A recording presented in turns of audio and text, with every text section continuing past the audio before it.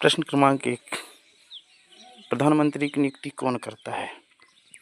पहला राष्ट्रपति, दूसरा उपराष्ट्रपति, तीसरा राज्यसभा का उपसभापति, चौथा लोकसभा। आपका राइट आंसर होगा राष्ट्रपति। प्रश्न क्रमांक 2, संसदीय प्रणाली में वास्तविक प्रशासनिक शक्ति किसमें निहित होती है? पहला राष्ट्रपति, दूसरा उपराष्ट्रपति, तीसरा प्रधानमंत्री, चौथा महान्यायवादी। आपका राइट आंसर होगा प्रधानमंत्री। प्रश्न क्रमांक 3, भारत के किस प्रधानमंत्री की मृत्यु बाहर विदेश में हुई थी?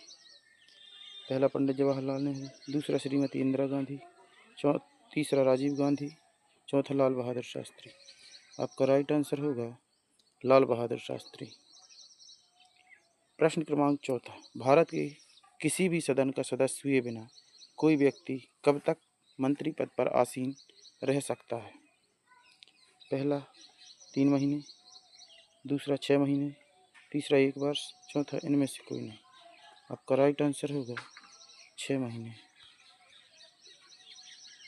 प्रश्न क्रमांक 5, भारत में मंत्रिपरिषद के अधिकतर सदस्य लिए जाते हैं। पहला लोकसभा से, दूसरा राज्यसभा से, तीसरा राज्य विधानमंडल से, चौथा इनमें से कोई नहीं। आपका राइट आंसर होगा लोकसभा से। प्रश्न क्रमांक 6, राज्य का संवैधानिक अध्यक्ष निम्न में से कौन करता है? पहला राज्यपाल, दूसरा मुख्यमंत्री, तीसरा विपक्ष का नेता, चौथा इनमें से कोई नहीं।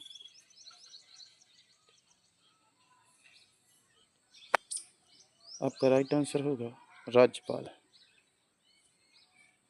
प्रश्न क्रमांक 7, राज्यों में राज्यपाल की नियुक्ति कौन करता है?